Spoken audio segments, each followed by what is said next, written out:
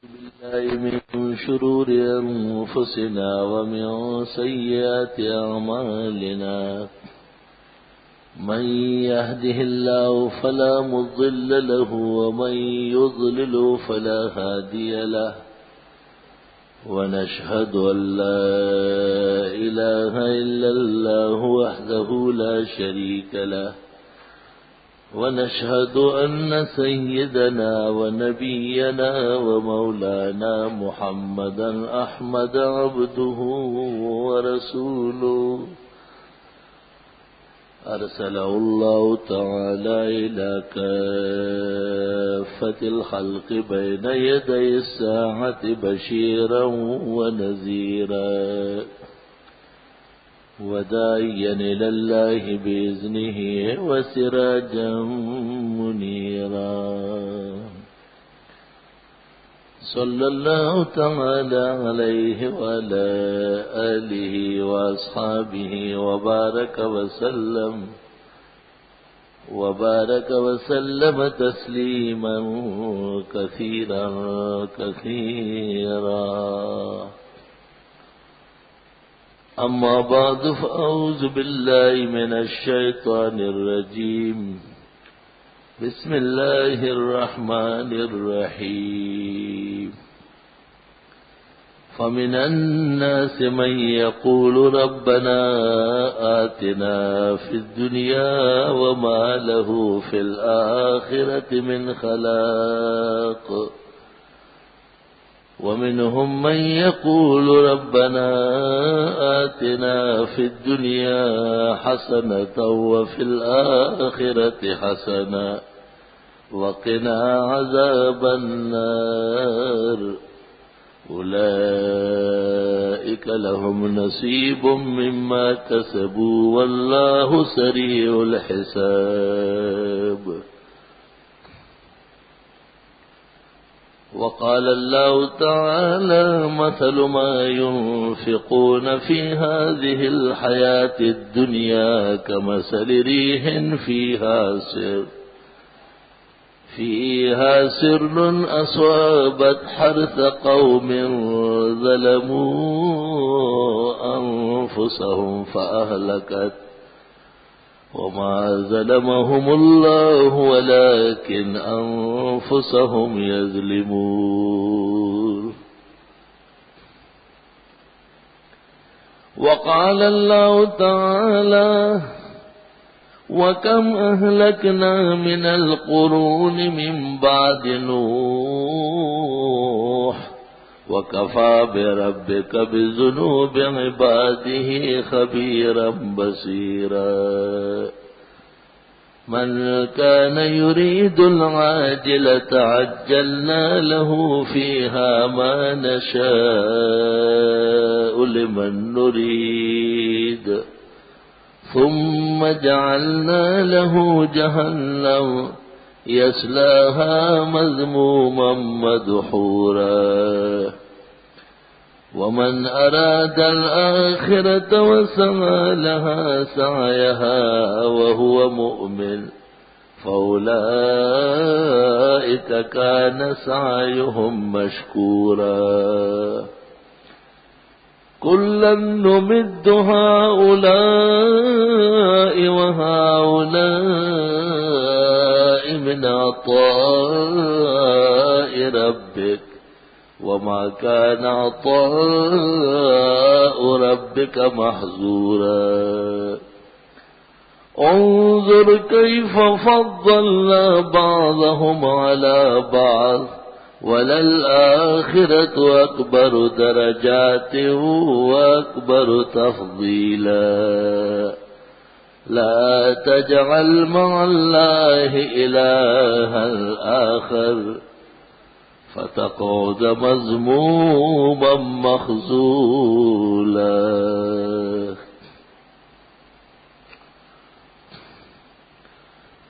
وأخرج الشيخان الجليلان في صحيحيهما عن أبي سعيد الخدري رضي الله عنه قال قال رسول الله صلى الله عليه وسلم الدين والنصيحة قيل لمن يا رسول الله قال لله ولرسوله ولأئمة المسلمين وفي رواية ولعامة المسلمين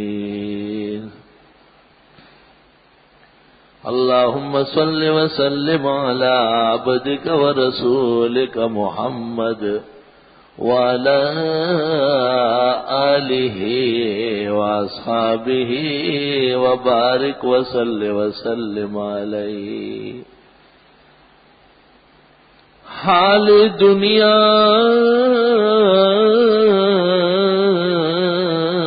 راب پرسیدم از یک فرزانه گفت این خواب است یا باد است یا افسانه.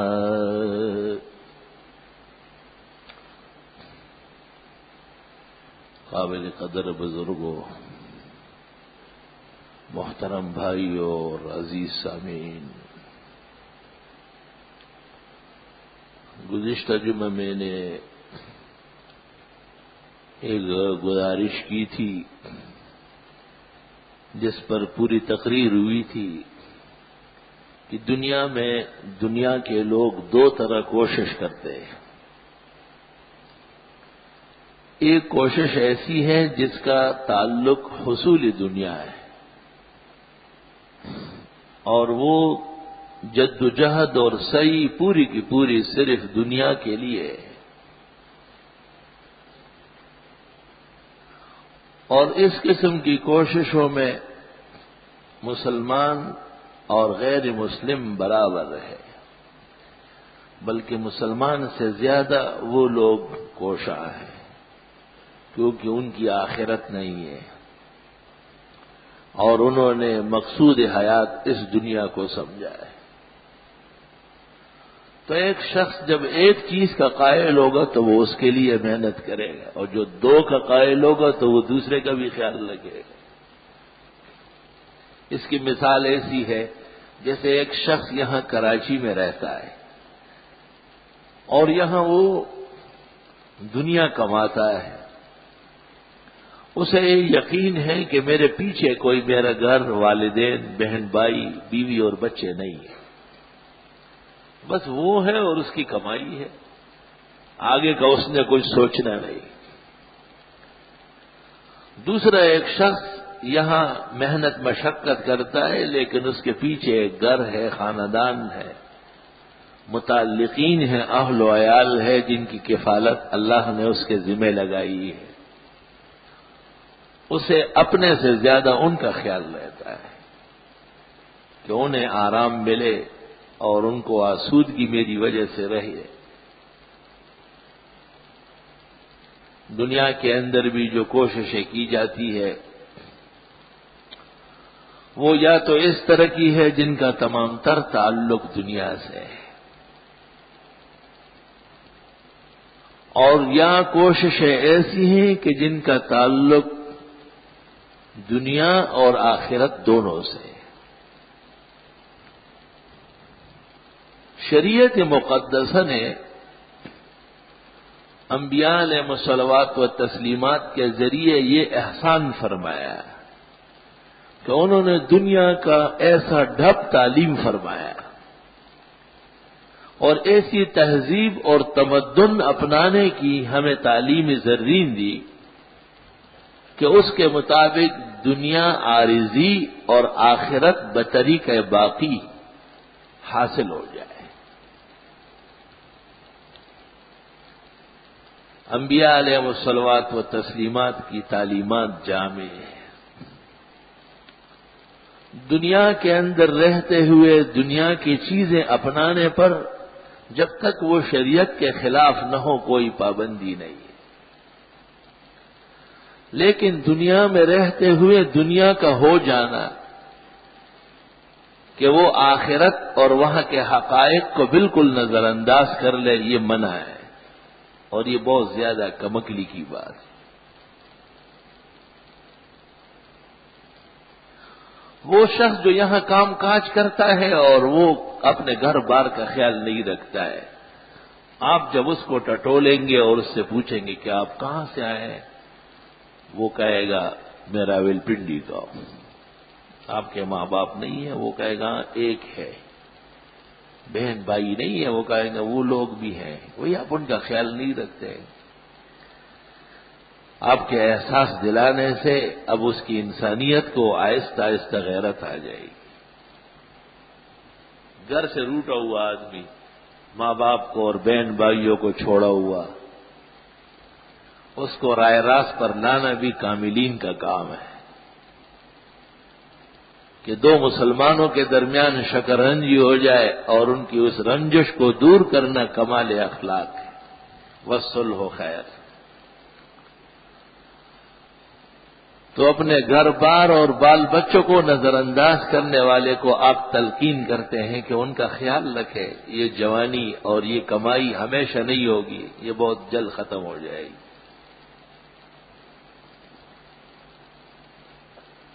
آخرت کے بارے میں انبیاء علیہ السلام نے اور اللہ کی وحی نے ہمیں اس سے زیادہ تاکید فرمائی، کیونکہ آخرت تو ایک حقیقت ہے،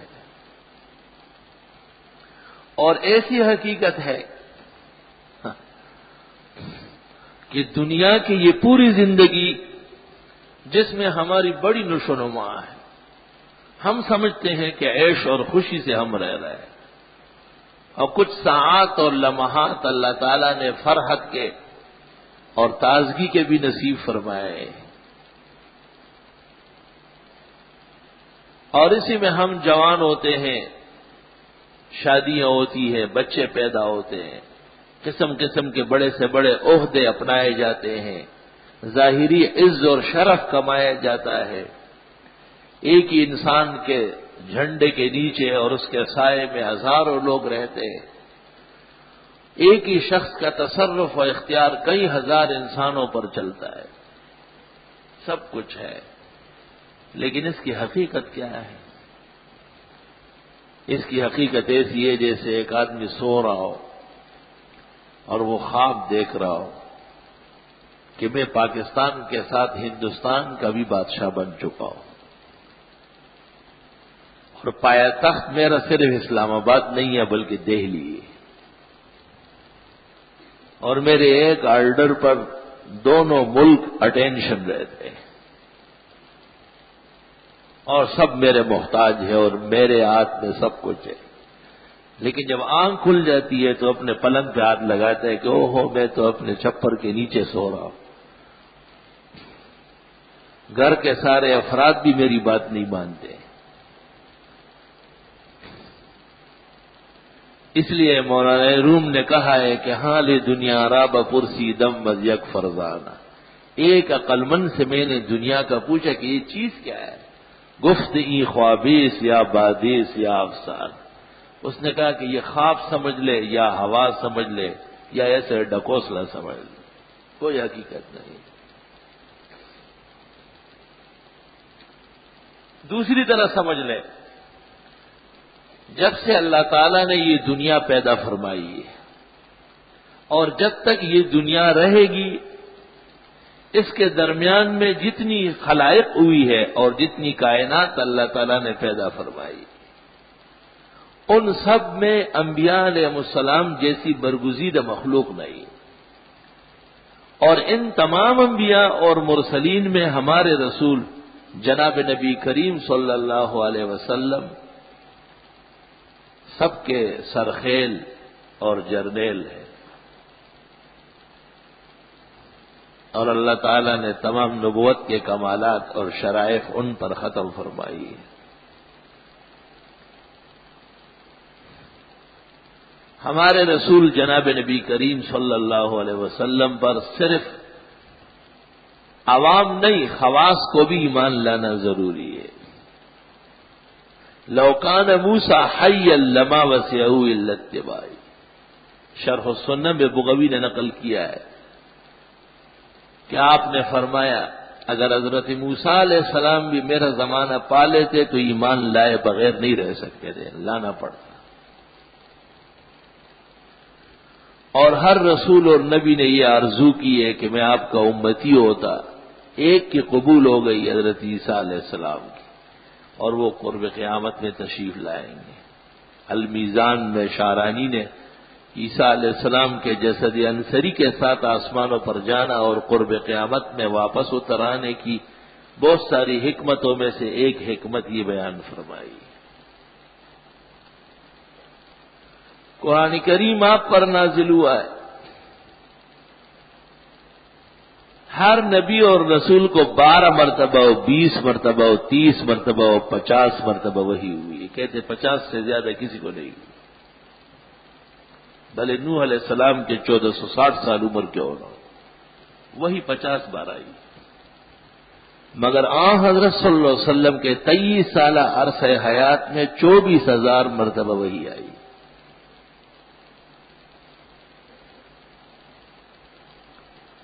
صلی اللہ علیہ وسلم۔ سارے انبیاء اور رسول ایک قوم، قبیلے اور ایک زمانے کے تھے۔ شعیب علیہ السلام مدین میں تھے تو موسیٰ و ہارون علیہ السلام کو مصر بھیجا۔ یعقوب علیہ السلام شام میں تھے اور ان کا بیٹا یوسف علیہ السلام مصر کے پیغمبر بن گئے، وزیر اعظم ہونے کے ساتھ ساتھ۔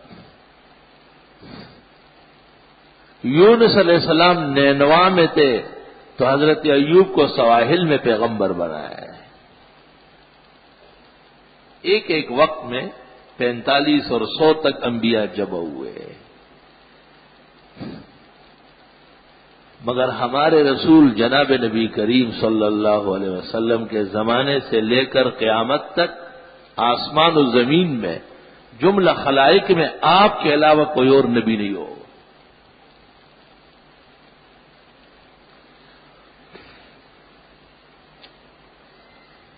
آپ کی شان بڑی نرالی ہے۔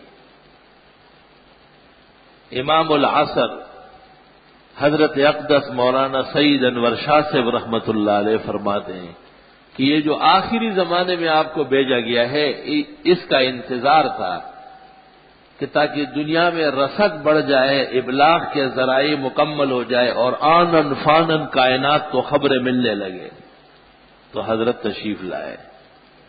حضرت شاہ صاحب نے نظم میں بھی یہی بات کہی، ادراک بختمست و کمالست بخاتم، یہ تمام کمالات جمع کر کے پھر آپ کو خاتم النبیین بنایا۔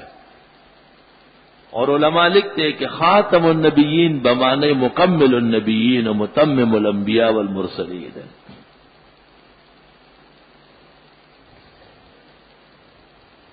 جب یہ سب باتیں آپ کے ذہن میں بیٹھ جائیں تو پھر قرآن کی اس آیت کو دیکھیں ذرا کہ وَلَلْآخِرَةُ خَيْرٌ لَكَ مِنَ الْأُولَىٰ۔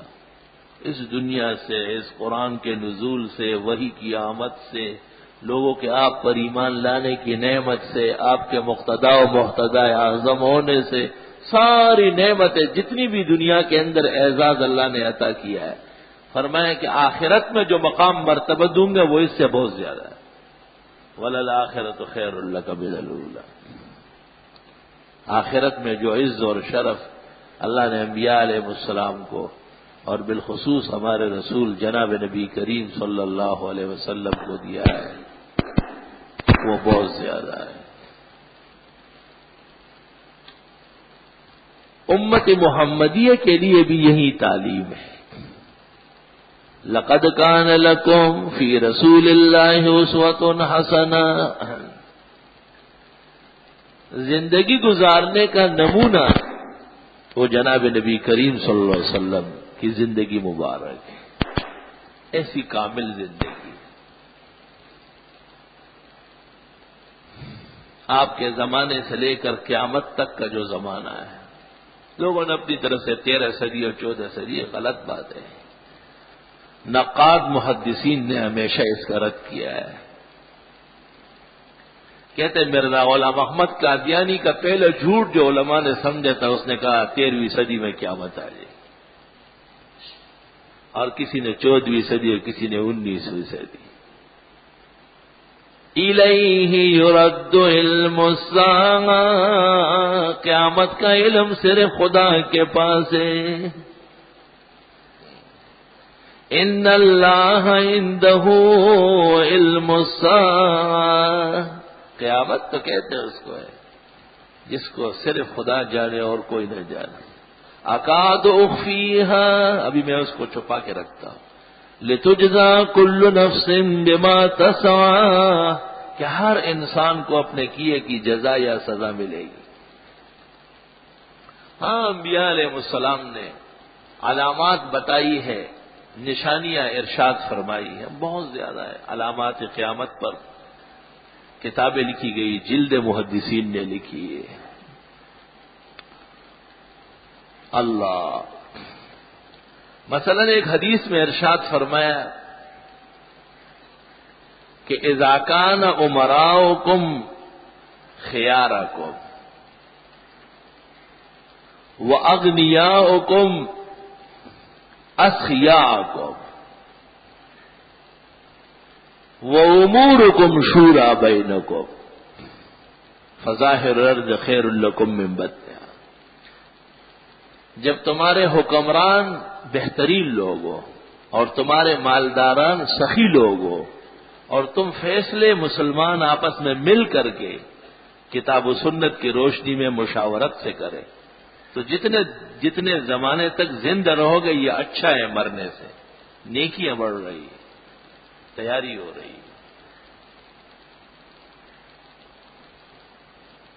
اور فرمایا جب تمہارے امراء بدترین کائنات ہو، بدترین کائنات، اور تمہارے مالدار لوگ بخیل زمانہ ہو اور تمہارے فیصلے تمہاری عورتیں کرنے لگے تو فباطن الارض خیر لکم من ظاہرہا، پھر ایسی زندگی سے مرنا بہتر ہے. فیصلہ ہے، قانون ذکر ہوا کہ معاشرے پر جو لوگ مسلط ہیں وہ کس ایمان و عمل کے ہیں، اور جن کے پاس سونا اور چاندی اور جائیداد اور ساری دولت ہے ان کے اخلاق کیا ہے، وہ کہاں خرچ کرتے ہیں، اور خود لوگوں کے گھروں کا کیا حال ہے اور ان کے نظام اخلاق اور نظام الامور کس کے کہنے سے چلتا ہے.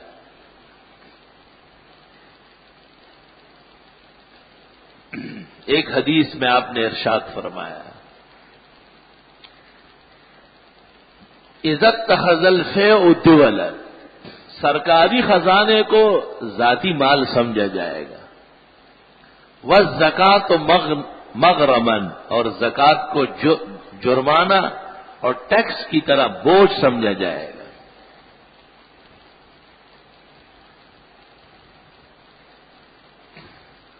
وَيُبْعِدُ أَبَاهُ، باپ اور ماں کو دور کرے گا.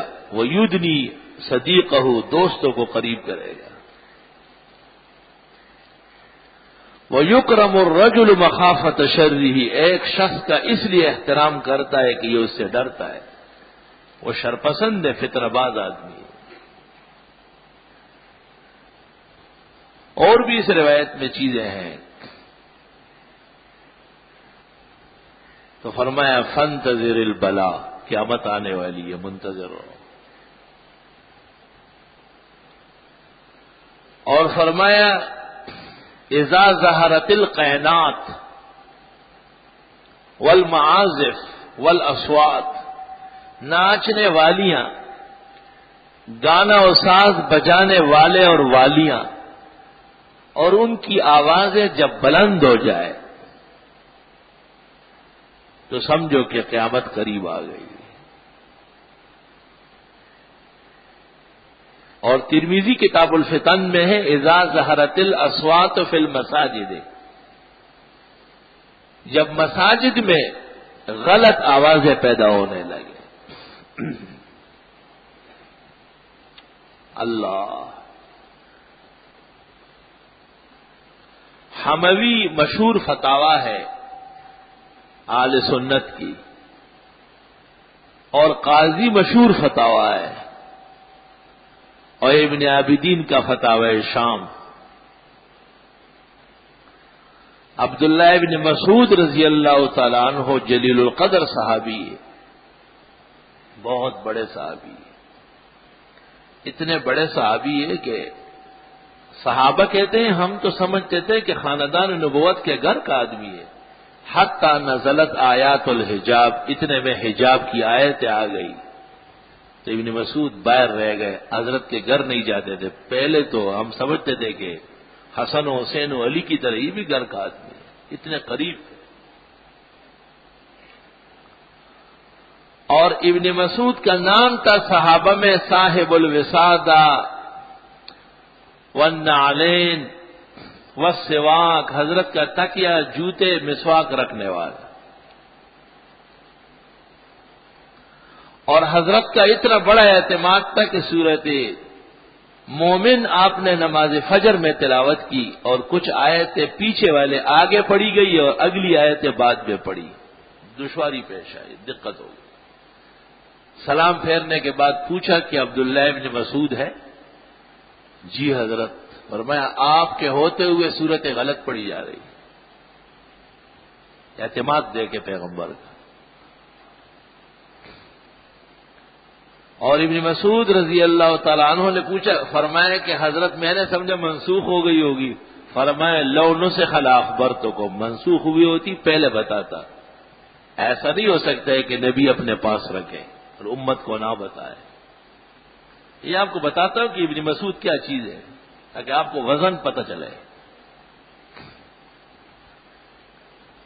حضرت عمر کا دور خلافت ہے اور کوفہ کے لوگ آ گئے، اور کوفہ حضرت عمر نے آباد کیا ہے۔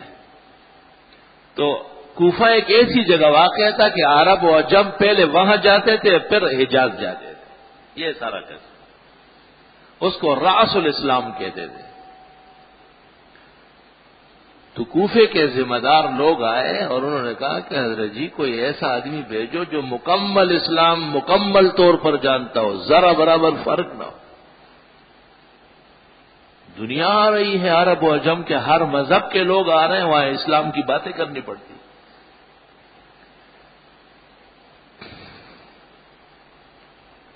کہتے ہیں یہ وہ دور تھا کہ 1700 کے قریب صحابہ وہاں پہنچ چکے تھے، لیکن ضرورت محسوس ہو رہی تھی کہ ان سب کا کوئی مفتی ہونا چاہیے۔ جب انہوں نے یہ باتیں کہی اور اپنی حاجت پیش کر دی کہ ہم اس طرح ضرورت مند ہیں اور ہمیں ایسا آدمی چاہیے، قرآن میں اتنا ماہر، سنت میں اتنا ماہر، تو حضرت عمر رضی اللہ تعالیٰ عنہ نے ایک ٹھنڈی آہ بھری اور فرمایا اوف، کس ہستی کے مانگنے آئے ہو؟ ایک ایسا شخص مانگنے آئے ہو کہ انا احوج الیہ منکم، مجھے اس کی تم سے زیادہ ضرورت ہے، خلافت کے ہر ادا میں وہ میرے ساتھ شریک ہوتا ہے۔ تو صحابہ کہتے ہیں کہ جب عمر نے یہ باتیں شروع کر لی تو ہم سمجھ گئے کہ یہ نہیں ہو سکتا ہے مگر عبداللہ بن مسعود ہو گئے، اتنا بڑا علم تو اس کا ہو سکتا ہے۔ اخیر میں عمر نے کہا رجل ملئ علما و فقہا و عملا و صلاحا، ایک شخص جو علم کا ایک خزانہ ہے، کمرہ ہے، بھرا ہوا ہے۔ لَأُوسِرَنَّكُمْ عَلَى نَفْسِي، میں تمہیں آج اپنے اوپر ترجیح دیتا ہوں۔ حضرت ابن مسعود سے کہا مہربانی فرمائے، یہ کوفے کے لوگ آئے، لاکھوں لوگ وہاں جمع ہیں۔ ائمہ فقہ اور اجتہاد میں امام اعظم ابو حنیفہ کو اللہ نے یہ نظر اور عقل دی تھی کہ انہوں نے اپنی فقہ ابن مسعود سے لیا ہے۔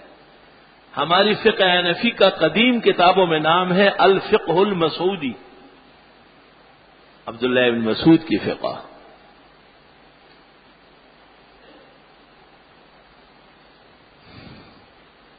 اللہ رسول اللہ صلی اللہ علیہ وسلم جب رات کو جنات کو تقریر کرنے جا رہے تھے تو عشاء کی نماز کے بعد ابن مسعود سے کہا کہ گھر جانا نہیں۔ وہ کہتے کافی دیر میں مسجد میں رہا، آدھی رات گزر گئی، اس کے بعد حضرت تشریف لائے، فرمایا چلو۔ چلتے چلتے چلتے اتنے دور چلے گئے کہ فرمایا میری ٹانگیں جواب دے گئی، مگر حضرت کو دیکھ کر کہ میں بھی ساتھ چلتا رہا۔ پھر حضرت نے زمین پر ان کو بٹھایا اور ایک گول دائرہ کھینچا اور فرمایا اس سے باہر نہ جانا ورنہ ملاقات پھر قیامت میں ہوگی. یہ کہہ کر آپ خود آگے بڑھ گئے. کچھ دیر بعد عجیب و غریب ڈراؤنی قسم کی آوازیں آتی تھی، پھر خاموشی ہوتی تھی، پھر حضرت کی آواز آتی تھی، پھر شور مچتا تھا. سحری سے کچھ پہلے حضرت صلی اللہ علیہ وسلم تشریف لائے اور فرمایا جنات نے اپنے ہاں واس کرنے کے لیے بلایا تھا. شور ہنگامہ تھا، لیکن اخیر میں اللہ نے ہدایت کا فیصلہ کر دیا، سب مسلمانوں کو. اور یہ لیلۃ الجن تھی محدثین کے قانون میں. ابن مسعود ساتھ یا رب. عبداللہ ابن مسعود کو اپنے زمانے میں پتہ چلا کہ کچھ لوگ مسجد میں روزانہ جمع ہوتے ہیں اور پھر مل کر کے درود و سلام پڑھتے ہیں. فتاوی شام رد المختار مستندات میں سے ہے. جب ابن مسعود نے یہ باتیں سنی فقاما اٹھے وَلَبِسَ الْبُرْنُسَا اور چغ پہنا وَأَخَذَ الْعَصَا اور لاٹھی ہاتھ میں لی وَرَاحَ إِلَيْهِ مسجد چلے گئے وَقَالَ إِنَّ هَذِهِ الْأَثْوَابَ لَمْ تُخْلَقْ جو کپڑے ہم نے حضرت کے ساتھ پہنے تھے وہ پھٹے نہیں ہیں، اب بھی ہیں، یہ وہی کپڑے ہیں. وَإِنَّ هَذِهِ الْأَوَانِي لَمْ تُكْسَرْ اور جن برتنوں میں ہم نے حضرت کے ساتھ کھانا کھایا پانی پیا وہ ٹوٹے بھی نہیں ہیں. وَمَا أَرَاكُمْ إِلَّا مُبْتَدِعِينَ نہیں ہو تم مگر نیرے بدعتی. یہ بڑے پرانے شیطان ہیں، چلتے چلے آ رہے ہیں، صحابہ کو بھی تنگ کر دیتے. ثم ما ترکہم حتی اخرجہم من المسجد پھر چھوڑا نہیں یہاں تک کہ مسجد نبوی سے باہر نکالا.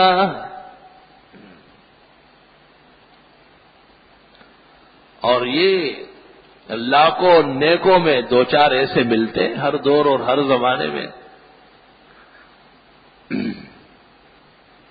حضرت صلی اللہ علیہ وسلم نے ایک غزا سے واپسی پر غنیمت تقسیم کی. آپ کی تقسیم کے کئی اصول تھے. ایک اصول اس طرح ہے کہ جو گھوڑے سمیت شریک ہوا ہے اس کو 2 حصے اور جو صرف خود شریک ہوا ہے اس کو 1 حصہ.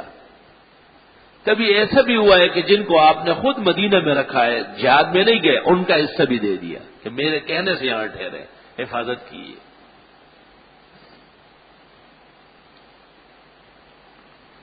اللہ رب العالمین نے آپ کو یہ اختیار بھی دیا تھا کہ چونکہ آپ لوگوں کو جانتے ہیں بعض بہت مفلوق الحال تھے ان کو زیادہ دے دے رہے، بعض جہاد میں بہت آگے ہیں لیکن ان کو کم دیا ہے. آپ کو اطمینان تک اس کے ملنے نہ ملنے سے ان پر کوئی اثر نہیں پڑے گا. بخاری کتاب الایمان میں آپ نے فرمایا ہے. کیونکہ صحابہ ہجرت کر چکے تھے، مہاجرین بہت پریشان حال تھے اور انہوں نے اسلام کے لیے گھر بار سب کچھ چھوڑ دیا تھا. تمام جائیدادیں مکہ مکرمہ میں چھن گئی تھی، قبضہ ہو گئی تھی. اور انصار نے ان کو اپنے گھر بار زمینیں سب کچھ عطا فرمائی تھی. آپ نے فرمایا اللہم اغفر الانصار، خدایا انصار و مہاجرین کی مغفرت فرما. انہوں نے بڑے احسانات کیے. تو اسی حساب سے آپ سب تقسیم کرتے تھے. جب آپ نے تقسیم کی ایک شخص اٹھا، کہتے چھوٹی چھوٹی آنکھیں تھی اس کی، پیشانی اندر کی طرف بیٹھی ہوئی تھی.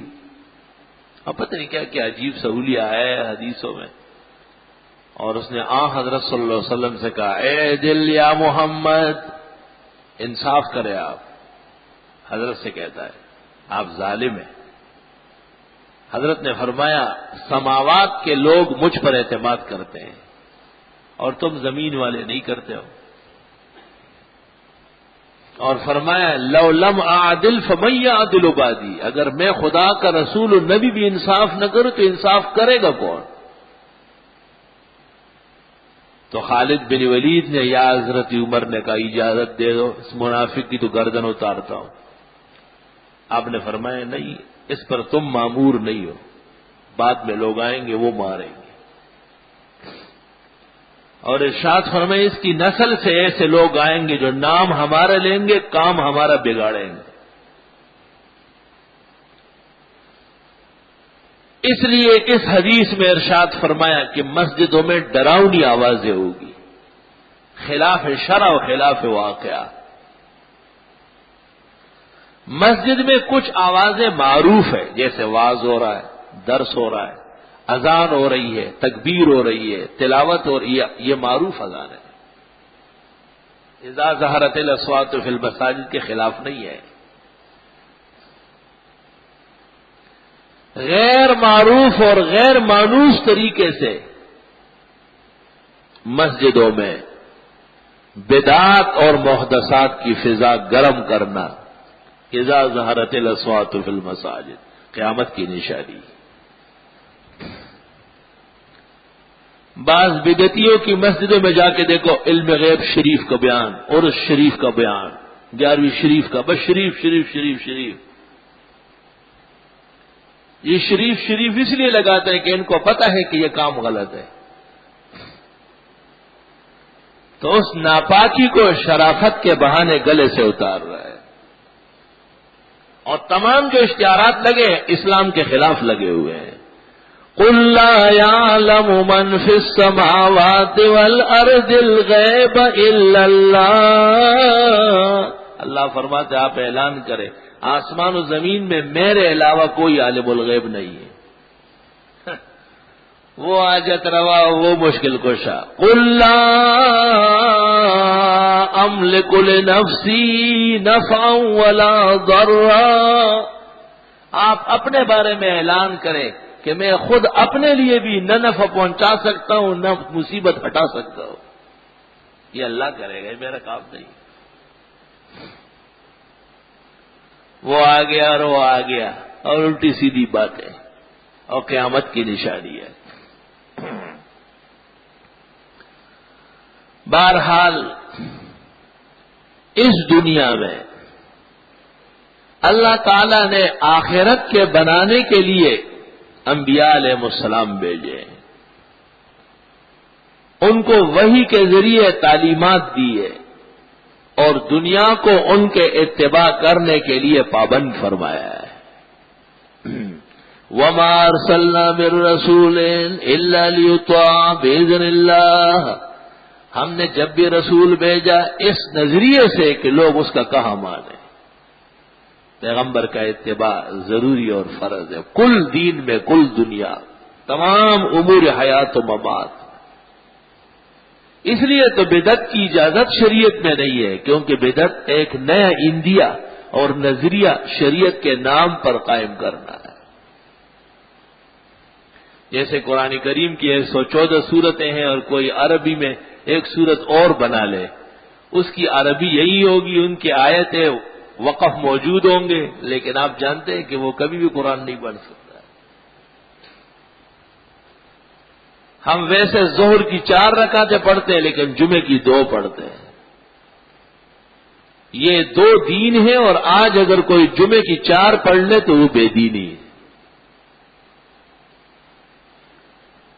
ہم ہر روز ظہر اور عصر کی قرات آہستہ کرتے ہیں۔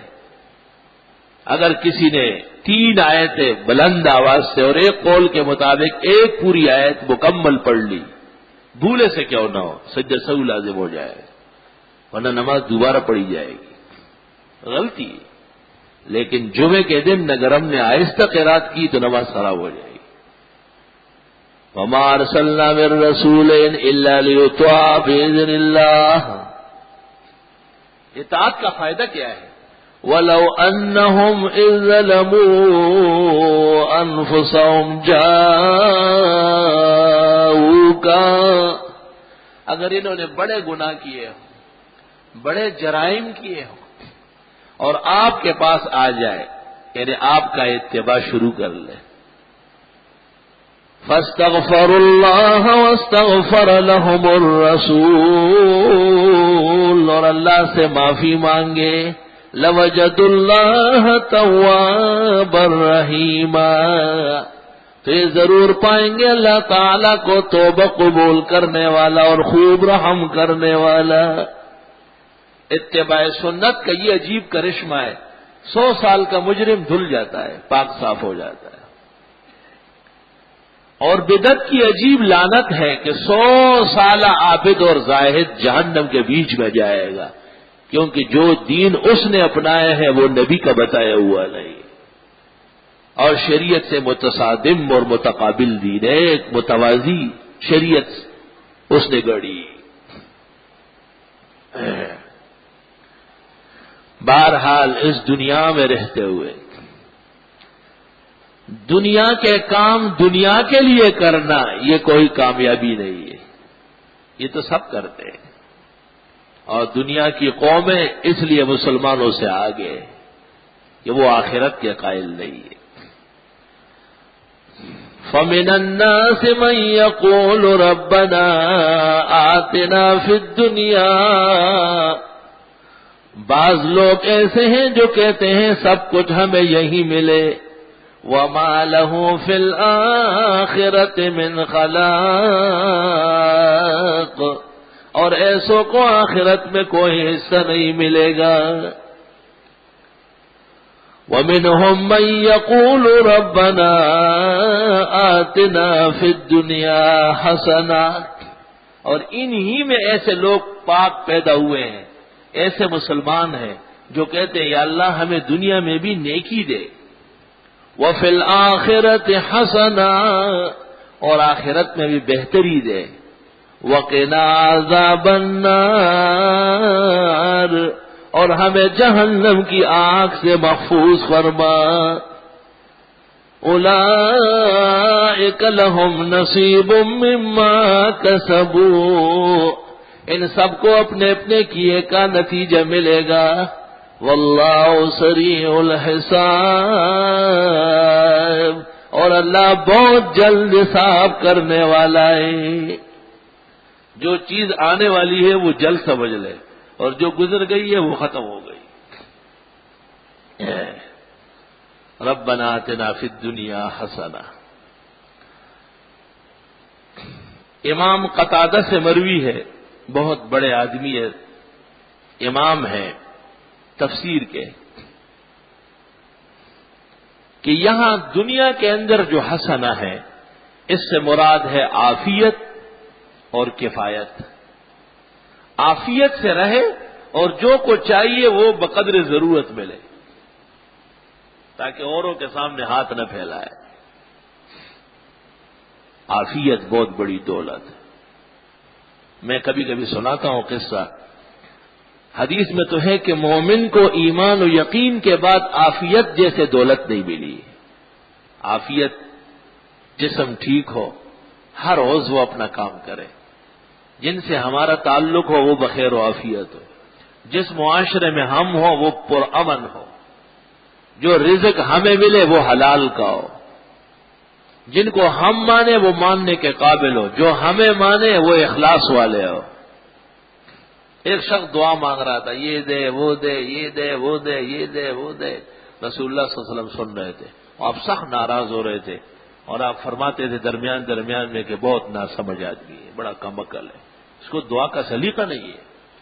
اچانک اس کے منہ سے نکلا، اللہم انی اسألک العفو والعافیہ فی الدنیا والآخرہ، خدایا میں تو عافیت کی دعا کرتا ہوں یہاں بھی اور وہاں بھی۔ فتبسم رسول اللہ صلی اللہ علیہ وسلم، یکدم کھل گئے اور فرمایا ماشاء اللہ اجاد و بلغ المرادہ، واہ کیا خوب مانگا، اور جو مانگا اب سارا ملے گا۔ عافیت، ربنا آتنا فی الدنیا حسنہ۔ علی المرتضیٰ سے پوچھا گیا کہ یہاں حسنہ سے کیا مراد ہے؟ فرمایا المرأۃ الصالحہ، نیک پاک دامن شریف عفیف تابعدار بیوی، دنیا کی بڑی نعمتوں میں سے ایک نعمت۔ حدیث میں ہے کہ عورت ایسی ہو کہ جب اسے آپ دیکھیں تو خوش ہو جائے، سبحان اللہ، اور جب آپ کہے تو فوراً ماننے کے لیے تیار ہو جائے۔ نیک مسلمان بیوی کی نشانیاں بتاتے ہیں، المرأۃ الصالحہ۔ امام سودی سے مروی ہے، تفسیر کے امام ہے، هو المال الصالح للرجل الصالح، نیک آدمی کے پاس نیک دولت، ربنا آتنا فی الدنیا حسنہ. یہ نیک کا لفظ اس لیے لگایا جا رہا ہے کہ حلال راستے سے آئے اور حلال جگہوں پر جائے. یہ نیکوں کے اقدامات ہیں. اور ابن عمر سے ایک روایت ہے، هو الولد الصالح، دنیا کے اندر جو اللہ ہمیں نیکی دے گا ان میں تابعدار شریف نیک اولاد. شیخ سعدی نے کہا ہے کہ اولاد ہو تو نیک ہو. اگر بچلن بیٹا پیدا ہو رہا ہے تو اس سے بہتر ہے کہ سانپ پیدا ہو جاتا، جب پہلے دن ہی قتل ہو جاتا.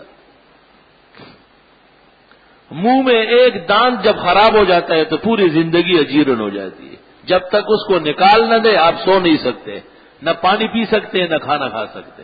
گھر میں ایک فرد جب ٹیڑھا ہو جائے گا سارا خاندان کو ڈبوئے گا. اس لیے شریعت میں ایسے شخص کی بدچلنی کی سزا اس کے اقربا کو دی جاتی ہے. فقہ میں مستقل قانون ہے کہ یہ جو 13 آدمی بگڑ رہا تھا آپ کیا کر رہے تھے، کہاں گئے تھے آپ، کیوں نہیں پکڑ رہے تھے. سب ضامن ہے، ذمہ دار ہے کہ ان کو نیکی پر ڈالے اور برائی سے روکے. ربنا آتنا فی الدنیا حسنہ وفی الآخرۃ حسنہ، اور آخرت کے اندر بھی بہتری عطا فرما. حضرت علی سے تو مروی ہے کہ الحور العین، وہ حور ہیں جو اللہ نے جنتیوں کے لیے رکھی ہے. ابن عباس سے مروی ہے جنت کی شایان شان نعمت ہے. اور حضرت عمر رضی اللہ عنہ سے مروی ہے کہ وہ اللہ کی رضا و خوشنودی ہے. اللہ تعالی نصیب فرمائے.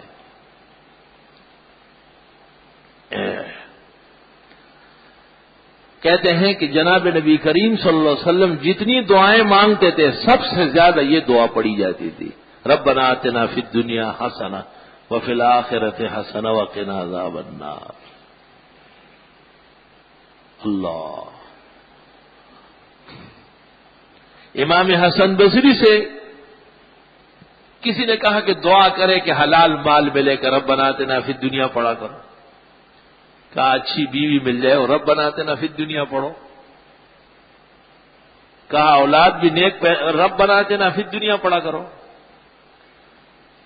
18 یا 28 کے قریب سوالات ہوئے. حسن بصری نے ایک ہی آیت پڑھتے گئے، یہی دعا. اس کے بعد کہا آسمان کے نیچے اور زمین کے اوپر کوئی نعمت دنیا و آخرت کی ایسی نہیں جو اس دعا میں شامل نہیں. تم جو چاہو کہو، میں ایک ہی آیت پڑھتا رہوں گا کہ ربنا آتنا فی الدنیا حسنہ وفی الآخرۃ حسنہ وقنا عذاب النار. اس لیے بہت سارے حنفی فقہاء نے نماز کے اخیر میں بھی یہ دعا تجویز فرمائی ہے، اس کی جامعیت و مانعیت کے پیش نظر. بخاری اور مسلم میں انس سے مروی ہے کہ ایک شخص جناب نبی کریم صلی اللہ علیہ وسلم کی خدمت میں آیا. ایسا ہو چکا تھا جیسے مرغی کا پر سکڑ گیا تھا ایسا. حضرت نے پوچھا خیر تو ہے، کیا پڑھتے ہو؟ اس نے کہا میں یہ دعا پڑھتا ہوں، اللہم ان کنت معاقبی فی الآخرہ فعجل لی فی الدنیا. خدایا آخرت میں اگر کوئی سزا ہو تو ادھر دے دو. حضرت نے فرمایا یہ کیا کرتے ہو؟ لا تطیق ذلک ولا تستطیع، نہ تم سے ہو سکے گا نہ تم میں استطاعت ہے. ایسا کیوں نہیں پڑھتے ربنا آتنا فی الدنیا حسنہ وفی الآخرۃ حسنہ وقنا عذاب النار. یہاں بھی بہتری عطا فرما، وہاں بھی، دونوں جگہ عذاب سے محفوظ فرما.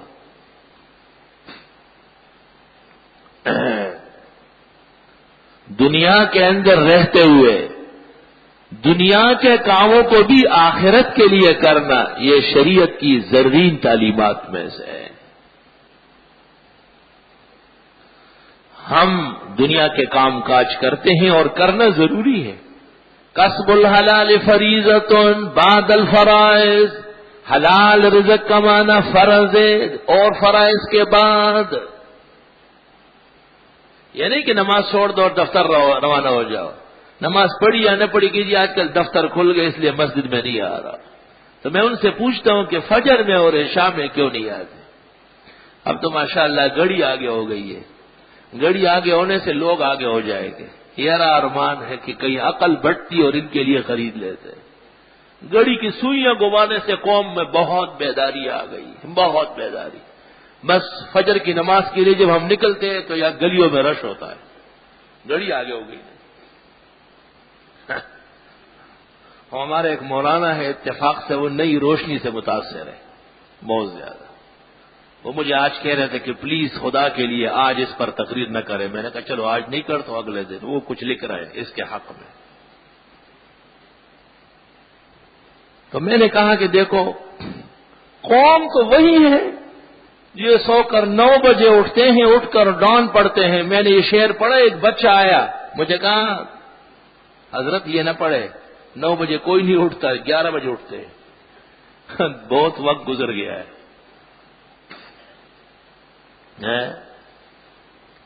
وہ مشہور قصہ ہے نا، وہ ایک آدمی کے پاس گدھا تھا، گدھا، اور لاتے مارتا تھا. سب گاؤں کے لوگ اسے جانتے تھے کہ بھئی یہ تو بڑا خطرناک ہے، کوئی اس کے پاس گزرے یہ 2 لاتی اٹھا کر ڈز اسے لگا لیتا ہے. اب اس شخص کو ضرورت بھی بیچنے کی، گاؤں والے تو سب جانتے ہیں، کوئی نہیں خریدتا، اس کو کوئی مفت نہیں لے رہا، خامخواہ اس سے پٹائی کھانی. اور جانوروں میں خطرناک قسم کی لات وہ گدھے کی. تو کہتے ہیں اس کو کسی استاذ نے، عقل مند نے طریقہ بتایا کہ بابا اس گاؤں والے نے نہیں خریدنا ہے، دور لے جاؤ، منڈیاں کم لگتی ہے کیا. وہ لے گیا، مثلا کراچی سے لے گیا حیدرآباد یا میرپور خاص سکر لے گیا ہوگا، اور کہیں جہاں تک جا سکتا ہو. اور اس کے اوپر ایک خوبصورت شال ڈالا، بہت خوبصورت، جیسے قربانی کے جانوروں پہ ہم شال ڈالتے ہیں. اور اس کے سر پر رنگ برنگ کی وہ پرکھیاں لگا دی، قسم قسم کے پھول، اور اس کے ٹانگوں کو بھی سرخی اور زرد لگایا، اور دم بھی اس کی 3-4 رنگ میں تبدیل کر دیے. دور لے جا کر کی منڈی میں اونچی جگہ کھڑا کیا تاکہ سب کو بہترین قسم کا سواری نظر آ جائے. لوگوں نے کہا ہے اس دفعہ تو اس منڈی میں کوئی بہت خاص جانور آ گیا، بغیر قربانی کے جانوروں کی طرح سجا سجایا، دولہے کی سواری بنی ہوئی. یہ کہتا ہے بس یہ بہت اعلیٰ نسل کا ہے اور یہ ایسا اور یہ ویسا. اچانک کوئی قریب آیا، اس نے 2 لاتے اٹھا کے جو ڈز لگایا، اس نے کہا یہ گدھا وہی ہے لیکن زین بدلا ہوا ہے، سوئیاں گھمانے پھرانے سے کچھ بھی نہیں ہوگا. لوگوں کا مزاج بدلنا پڑے گا. حکومت کے لیے کیا مشکل ہے، جو غلط کاموں میں لوگوں کو ڈالا ہے، ادھر مقرر ہوا ادھر ان کو لگاؤ نا کہ حاضری لے محلے کی کہ ایک جوان مستنڈا عاقل بالغ روزانہ فجر میں غیر حاضر ہے. کیوں غیر حاضر ہوتا ہے؟ کوئی پوچھ تو لے، اللہ کے دین کا کوئی پوچھنے والا تو. بھئی جو فجر میں آ رہے ہیں پڑھ رہے ہیں ان کا اعزاز و اکرام کر لے، جو نہیں آتے ہیں ان کو خود احساس ہو جائے گا. دین تمہیں زیادہ پسند نہیں ہے تو چلو مارکیٹ اور منڈی کے تو عاشق کو اعلان ہونا چاہیے کہ فجر سورج نکلنے سے پہلے جس نے دکان نہیں کھولی ہے وہ جرمانہ ہوگا. آپ دیکھیں کہ لوگ سیدھے ہو رہے ہیں. تمام اسلامی ملکوں میں فجر کی نماز کے ساتھ دکانیں کھل جاتی، مارکیٹ لگ جاتی. آپ خود سعودی عرب آتے جاتے سب دیکھتے آپ. یہی بے نمازی یہاں کے اور جماعتیں نہ کرنے والے یہ جب وہاں ملازمت کرتے ہیں تو سیدھے ہو جاتے. میں ایک دوست کے ہاں اتفاقاً ملاقات ہوئی، مجھے کہا ذرا میرا گھر دیکھو. حرم شریف کے قریب میں کوئی مکان میں رہتا تھا. بس 5-6 منٹ جلدی جلدی مجھے کچھ خدمت کی، کہا کہ اذان ہونے والی ہے. میں نے کہا خیریت آپ کا کیا کام ہے؟ ہو یہ تو اور طرح ملک ہے، فوراً نکلنا پڑے گا. میں نے کہا وہاں بھی آپ مسجد کے قریب میں رہتے تھے، آتے تھے؟ کہا آپ کے پیچھے تو جمعہ بڑے شوق سے پڑھتا تھا. میرے پیچھے خالی جمعہ پڑھتا تھا اور وہاں 5 نمازوں کے لیے گھر بند کر کے جانا پڑتا ہے، ورنہ اس کی حاضری لگ جاتی ہے محاسبہ کی کہ نماز کے دوران لوگ باہر نہیں نکلتے ہیں. ہمیں اوقات کے تقدم و تاخر سے کوئی اختلاف نہیں ہے.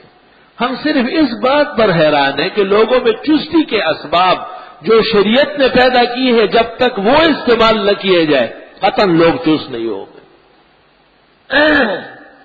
ای خیالست و محالست جنو، یہ جیسے بچے چھوٹے چھوٹے گھر بناتے ہیں تھوڑی دیر بعد ختم کر دیتے ہیں.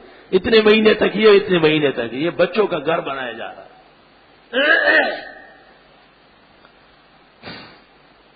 بہرحال اسلام کی بڑی تعلیمات میں سے یہ ہے کہ اس جہان میں رہتے ہوئے آخرت کے لیے تیاری کریں، اور آخرت بہت ضروری ہے. بھئی آخرت کی تیاری کے لیے ہم سے کوئی جدید شیڈول مانگا جا رہا ہے کیا؟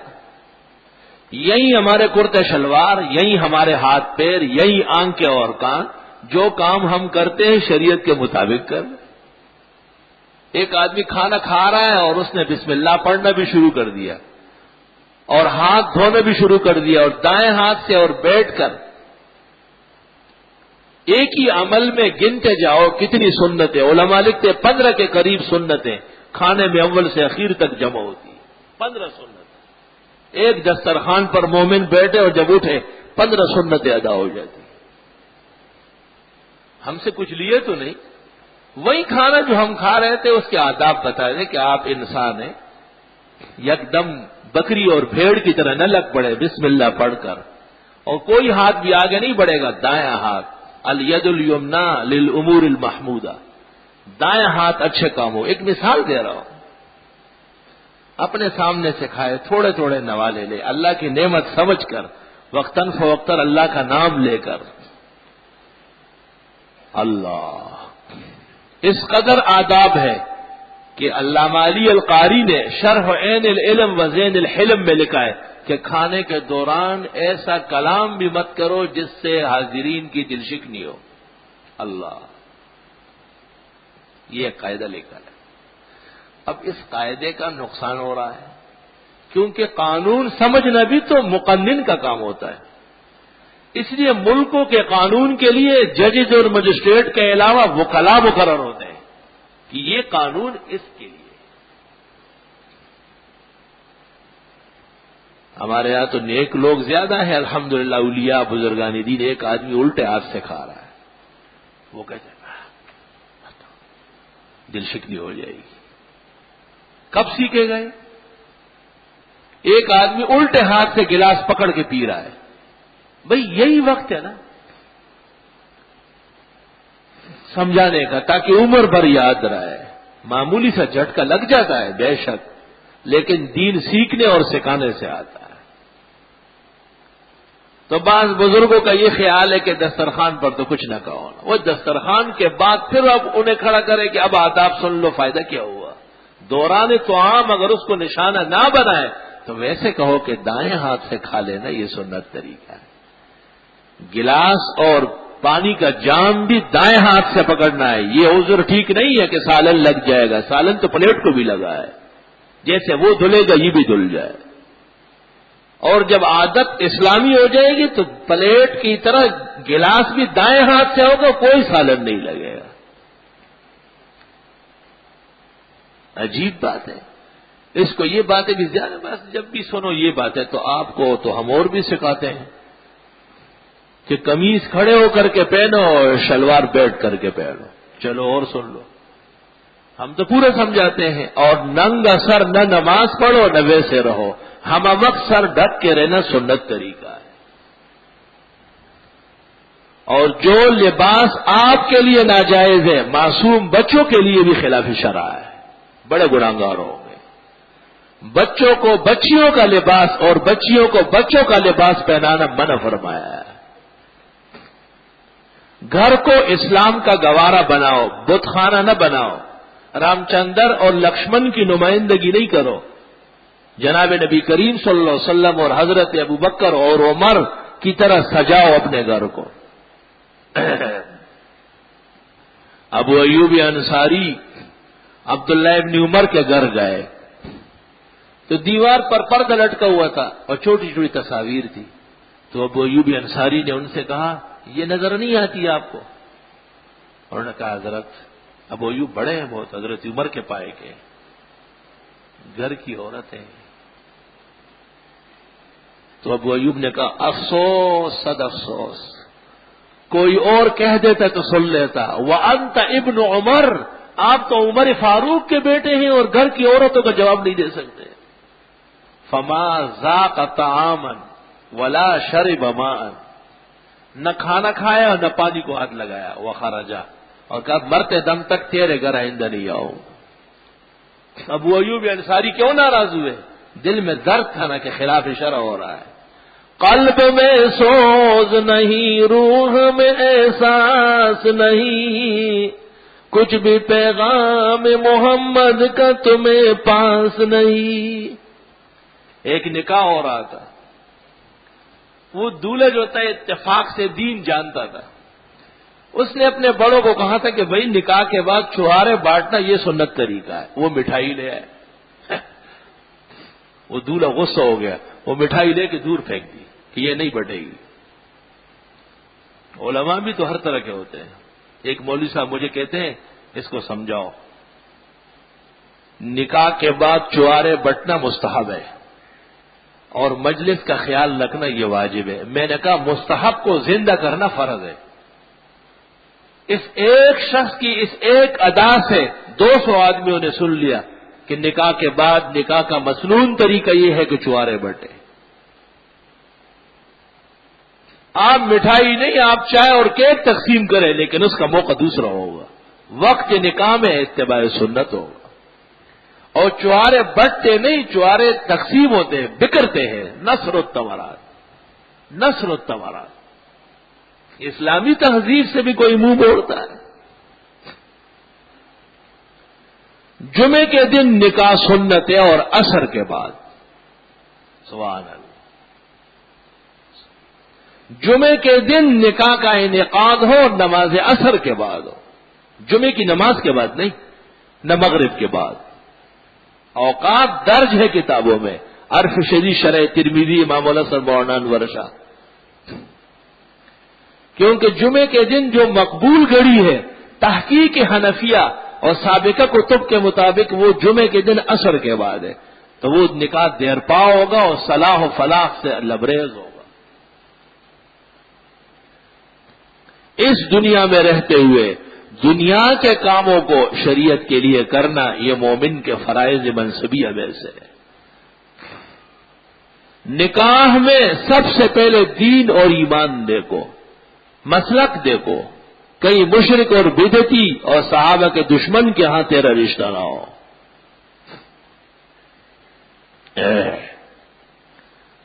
اور حدیث میں ہے کہ جب ایک شخص نے تمہیں رشتے کا پیغام بھیجا اور اس کا دین تمہیں پسند ہو تو دنیا پر اعتراض مت کرو.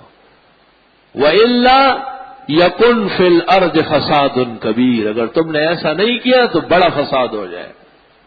بڑا فساد یہ ہے کہ ہر گھر میں ہماری جوان بہنیں اور بیٹیاں بیٹھی ہوئی ہیں اور کوئی پوچھنے والا نہیں.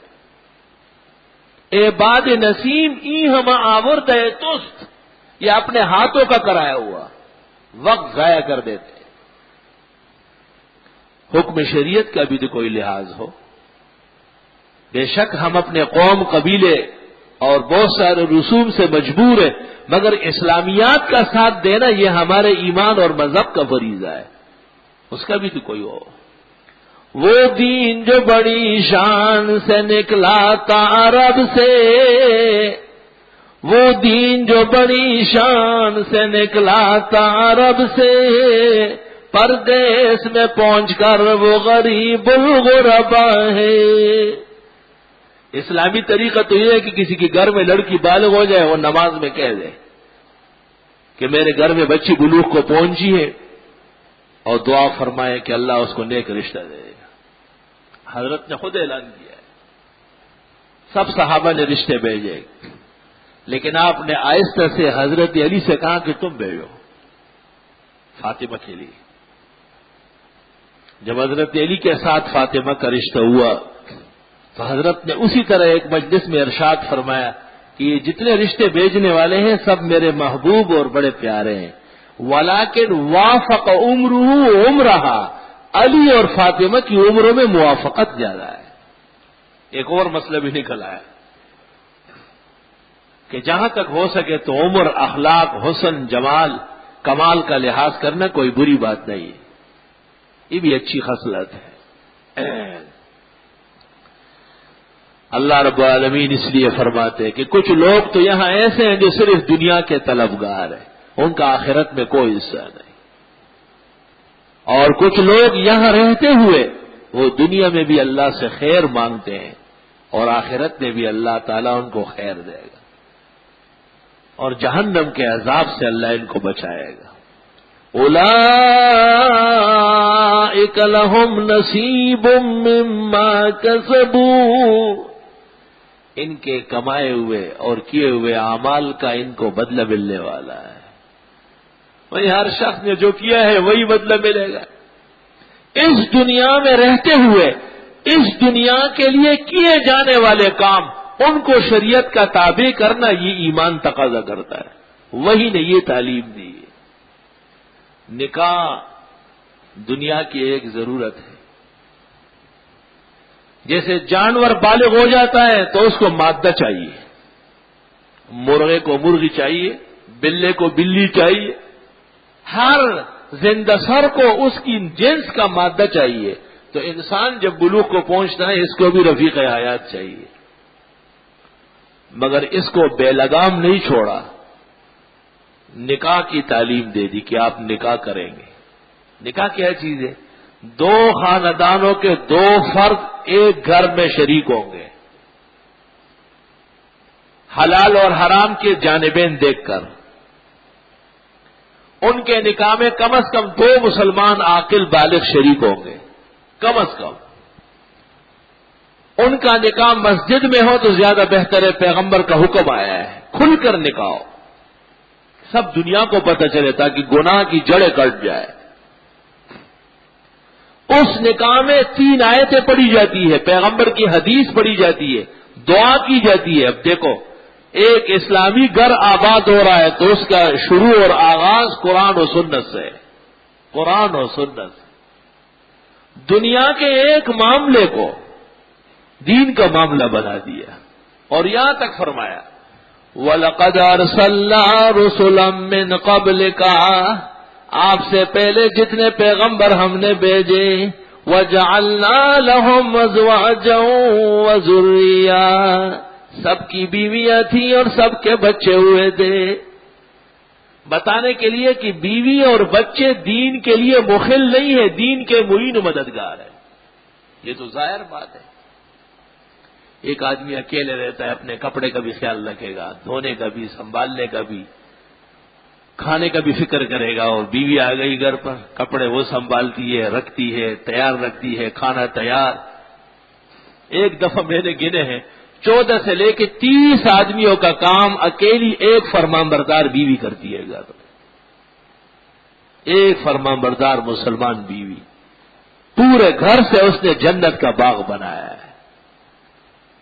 اور جناب نبی کریم صلی اللہ علیہ وسلم نے فرمایا ہے ان عورتوں کو تم نے اسلام کے رشتے سے لیا ہے، تم اسلام کا خیال رکھو، ان کے بارے میں احسان کرو، ہمیشہ سختی و تشدد سے پیش مت آؤ تاکہ گھر آباد رہے۔ فَمِنَ النَّاسِ مَن يَقُولُ رَبَّنَا آتِنَا فِي الدُّنْيَا، کچھ لوگ ایسے ہیں جو صرف دنیا ہی کے طلبگار ہیں، وَمَا لَهُمْ فِي الْآخِرَةِ مِنْ خَلَاقٍ، ان کو آخرت میں کچھ بھی نہیں ملے۔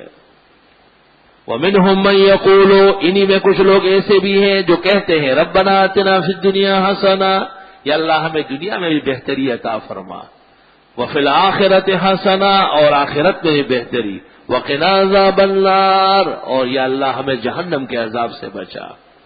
أُولَئِكَ لَهُمْ نَصِيبٌ مِّمَّا كَسَبُوا، ان کو حصے ملیں گے ان کے کیے کے مطابق، وَاللَّهُ سَرِيعُ الْحِسَابِ، اللہ جلد حساب کرنے والے۔ وآخر دعوانا بسم اللہ الرحمن الرحیم۔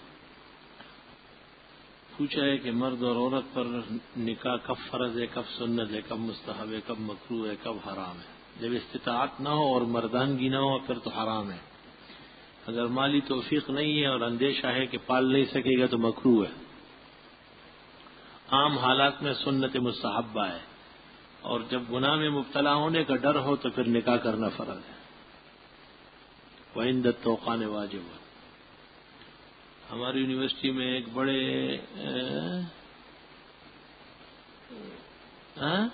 بڑے کمرے کو مسجد بنا دیا. کیا وہاں نماز پڑھنا جائز ہے؟ یعنی ایک کمرے کو جائے نماز بنا دیا. کالی پگڑی پہننا جائز ہے لیکن محرم میں نہیں. آپ کا جسم اطہر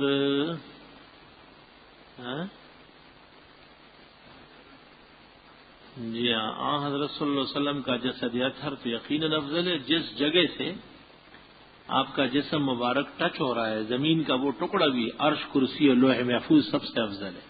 ابن تیمیہ اور ابن قیم نے چاروں ائمہ کے اقوال نقل کیے.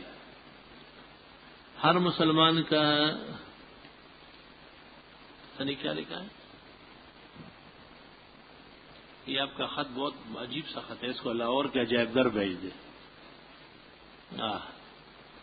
غیر مقلد کہتے ہیں کہ داڑھی کالی کرنا فرعون کی عادت ہو سکتی ہے مگر حضرت کی سنت نہیں ہے. آپ حدیث کی روشنی بتائیں. یہ روایت بھی آئی ہے کہ سب سے پہلے فرعون نے داڑھی کالی کی ہے.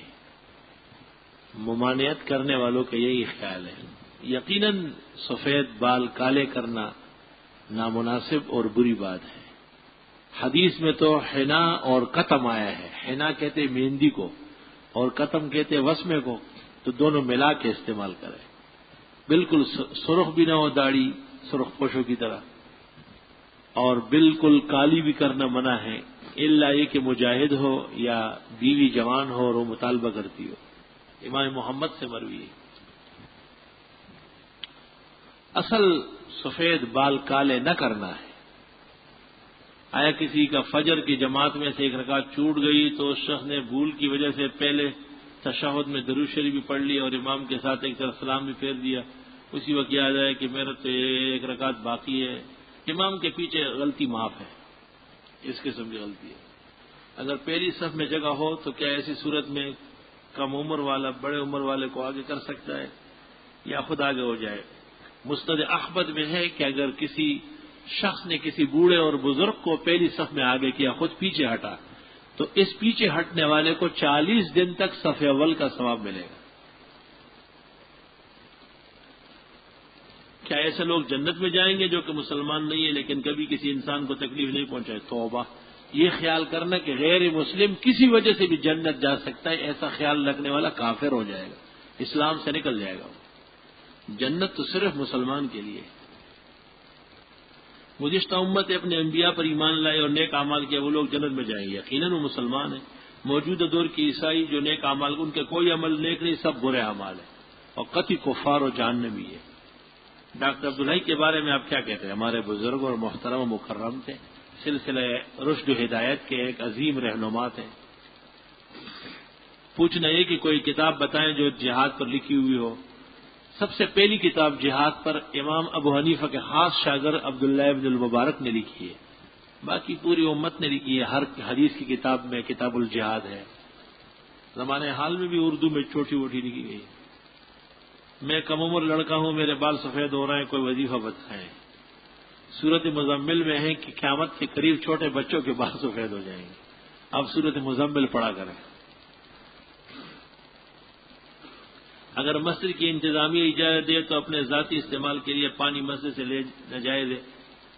جب مسجد میں نمازیوں کا اور وضو کرنے والوں کا کوئی نقصان و حرج نہیں ہے تو مسجد کا پانی کوئی بھی لے جا سکتا ہے، استعمال کر سکتا ہے، کوئی حرج نہیں.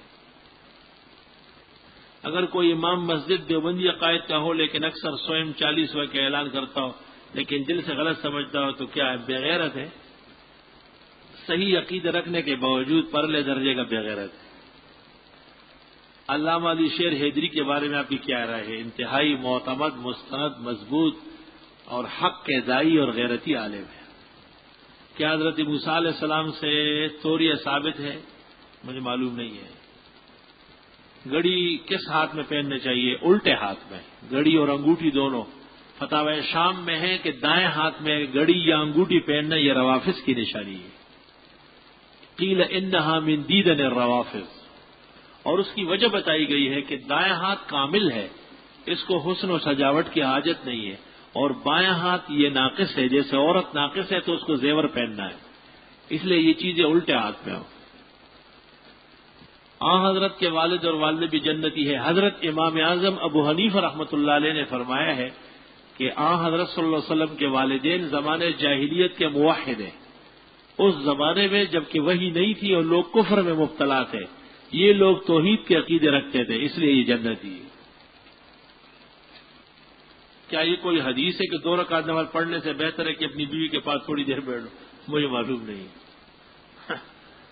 بیوی کے پاس بیٹھنا تو بہت ضروری ہے، لیکن نفلوں کے ساتھ مقابلہ نہیں ہے، اگر ہے تو پھر فرضوں کے ساتھ ہوگا۔ معلوم یہ کرنا ہے کہ اگر کوئی شخص کسی دوسرے شخص کی بیٹی کو لے کر پالے اور بچی کے جوان ہونے پر اس کی شادی کسی لڑکے سے کرے تو شادی کے اس لڑکی کے اصل والد کا نام لکھا یا پکارا جائے گا، جس نے اس بچی کو، جس شخص کی بیٹی ہے وہی اس کے والد ہے، پالنے سے وہ شخص باپ نہیں بنا ہے۔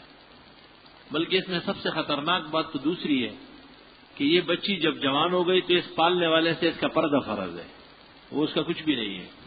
اس لیے بچی گود لے کر کے فوراً اپنی کسی محرمہ سے، بہن کا، بھائی کی بیوی کا یا بانجی بتیجی کا دودھ پلائے اسے، تاکہ وہ بھی محرم بن جائے، ورنہ بلوغ پر بڑی قیامت آتی ہے۔ لڑکا بالغ ہو جاتا ہے پھر وہ عورت دیندار اس سے پردہ کرتی ہے، قیامت آ جاتی ہے۔ یہ بہت ضروری ہے کہ جو شخص بچہ یا بچی گود لے تو 2.5 سال کے اندر اس کی عمر ہونا چاہیے، اور فوراً اپنی کسی بہن، خالہ، پھوپھی یا اپنے بھائی، بہن، بھتیجی، بانجی کا دودھ اس کو پلائے تاکہ وہ بھی محرم بن جائے۔ حضرت شیخ الحدیث مولانا زکریا رحمۃ اللہ علیہ کے فضائل درود میں حضرت مولانا قاسم نانوتوی کے اشعار درج ہے، جیسے بدعتی نے اپنے پکڑ میں رکھے ہیں کہ اور کہتے ہیں کہ مولانا نے اشعار میں حضرت کو نور لکھا ہے، شعر ہے، کہاں وہ رتبہ، کہاں عقل نارسا اپنی، کہاں وہ نور خدا و کہاں یہ دیدار رضا۔ اصل بات یہ ہے کہ یہ صرف موعظت کے قبیل میں سے کوئی عقیدہ نہیں ہے، اور جب حضرت صلی اللہ علیہ وسلم نور نہیں ہے تو مولانا قاسم صاحب کا یا گنگوئی صاحب کا غلط ہے۔ بدعتیوں کو تو بہت سارا سہارا یہاں سے مل رہا ہے، ورنہ تو وہ مسکین اور یتیم ہے قرآن و سنت کی روشنی میں۔ کیا حضرت صلی اللہ علیہ وسلم بھی مہر ادا کرتے؟ جی ہاں، آپ کی طرف سے ام حبیبہ کا مہر شاہ حبشہ نے 400 اوقیہ ادا کیے۔ ہم نے پڑھا کہ حضرت عائشہ کو حضرت نے 500 درہم مہر میں دیے، یہی روایت میں نے بھی دیکھی ہے، بعضوں میں کم و زیادہ بھی ہے۔ وہ کون سے افضل مہینے ہیں جن میں مسلمانوں کے جنگ کرنے سے منع کیا گیا ہے؟ ذی-قعدہ، ذی-الحجہ، محرم اور رجب، اشہر حرم۔ پرفیوم لگانے کی، بچیوں کی پرفیوم لگانے کی کیوں اجازت دی گئی جبکہ اس میں الکوہل ہے؟ الکوہل سے کوئی فرق نہیں پڑا، الکوہل کیا ہے؟ برائے مہربانی مکروہ کی اصل تعریف بتا دیں، ناپسندیدہ۔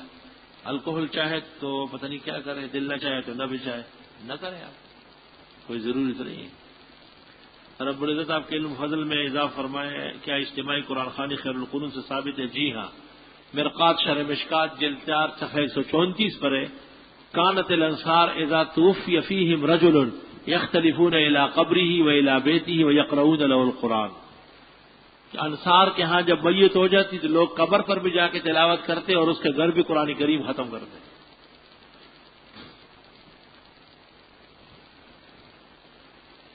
اس کو بدعت تو نہیں کہا جاتا، نہیں، ختم قرآن پر شیرینی کی تقسیم بدعت ہے۔ حوالہ بتائیے، فتاوی رشیدیہ حضرت گنگوئی کا۔ اور کیا یہ صرف رمضان کے ختم کے لیے یا کسی بھی بچے یا بڑے کے تمام دنوں میں؟ رمضان شریف میں لوگ بہت شوق رکھتے ہیں کہ کسی طرح ختم کے بعد مٹھائی بٹے، تو وہ بدعت ہے۔ عام حالات میں تو خوشی اور مسرت کے موقع پر صرف مٹھائی نہیں ہوتی، کھانے بھی ہوتے ہیں، اس لیے وہ بدعت نہیں۔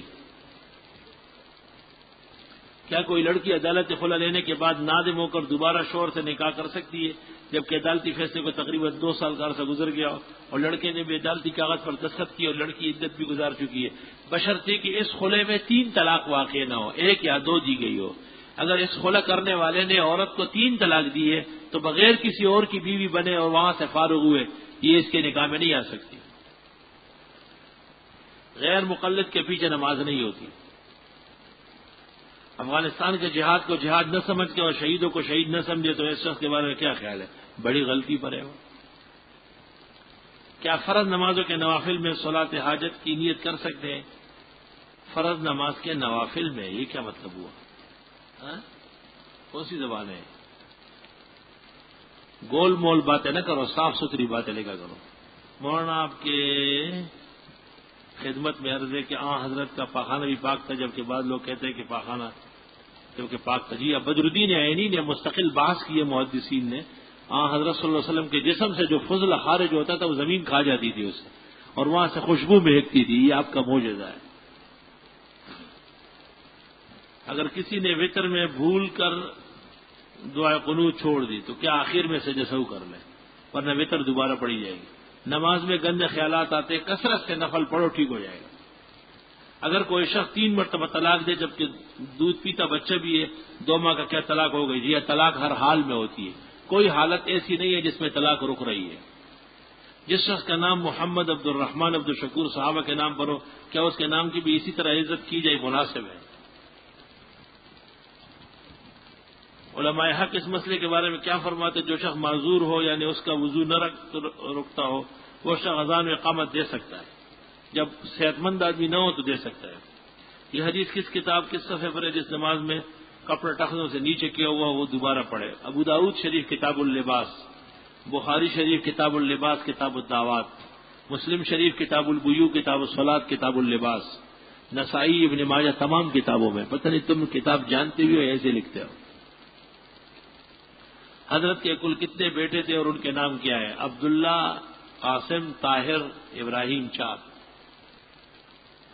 فرض نماز کی آخری حد کون سی ہے جس میں شامل ہونے کے بعد جماعت کی نماز ادا ہونے کا ثواب مل جائے؟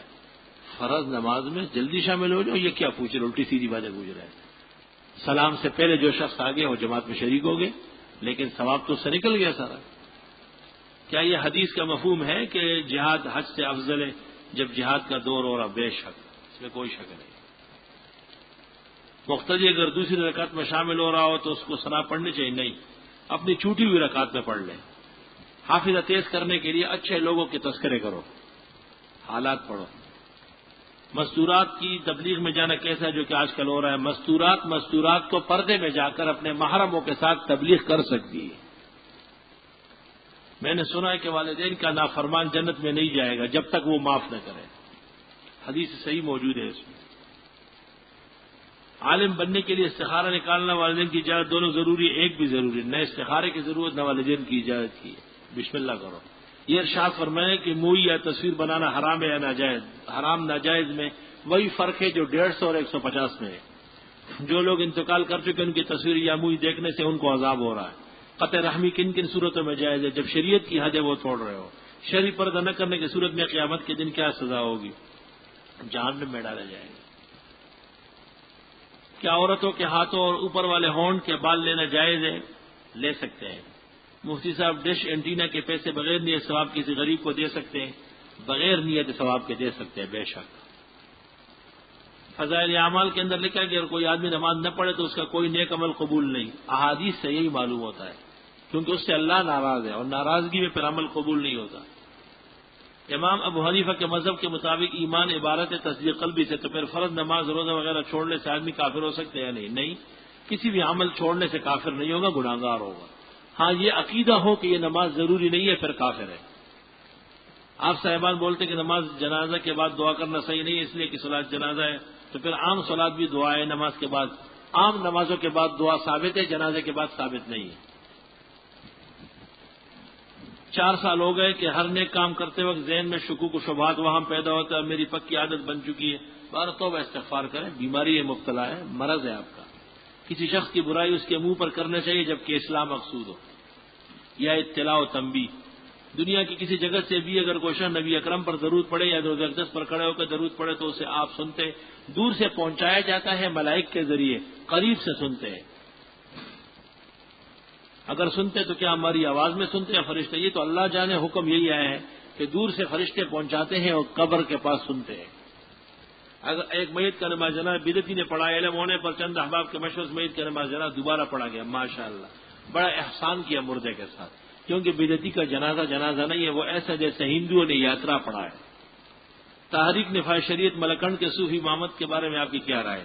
چند سال پہلے یہاں آئے تو تقریر کر کے گئے ہیں، میری کیا رائے ہے؟ ایک مسلمان نیک آدمی ہے، جادو اور اس کا علاج پر کوئی مستند کتاب مطالعہ کے لیے، یہ تو کسی جادوگر سے پتہ کرے۔ جادو زدہ ہونے کی کیا نشانیاں ہیں یہ بھی بیماروں سے پتہ کرے۔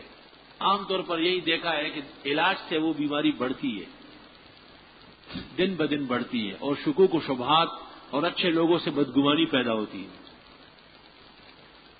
میں جو بھی کام شروع کرتا ہوں تو اس میں مجھے نقصان ہوتا ہے، آپ مہربانی مجھے کوئی عمل اللہ سے مدد مانگے، نفع و ضرر اس کے ہاتھ میں ہے۔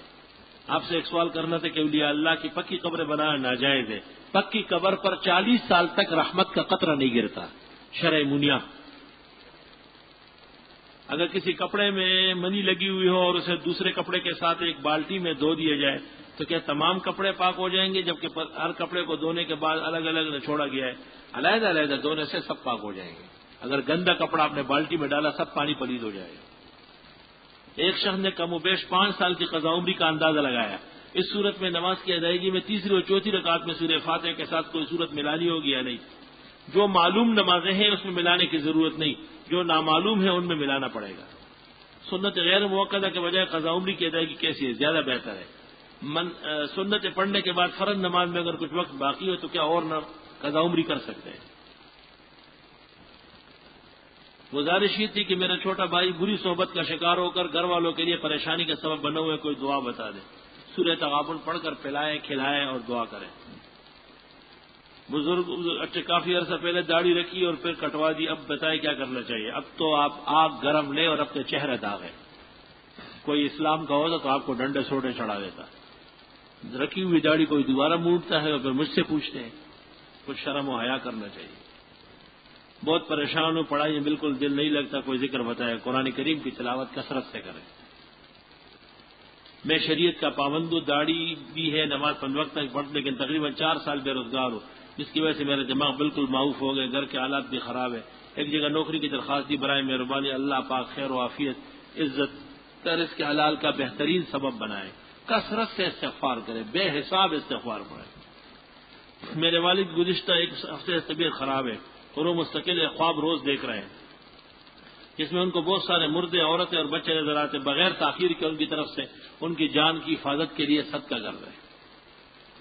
الحمدللہ رب العالمین، استغفرک اللہم و نسألک السلام علیکم شریک لہ الملک و لہ الحمد وعلی کل شیء قدیر، بنا فی الدنیا حسنہ وفی الآخرۃ حسنہ وقنا عذاب النار، ونسألک علما نافعا وعملا صالحا۔ جنہوں نے رزق حلال کی پریشانی ذکر کی، دعا فرمائے اللہ ان کو رزق حلال دے۔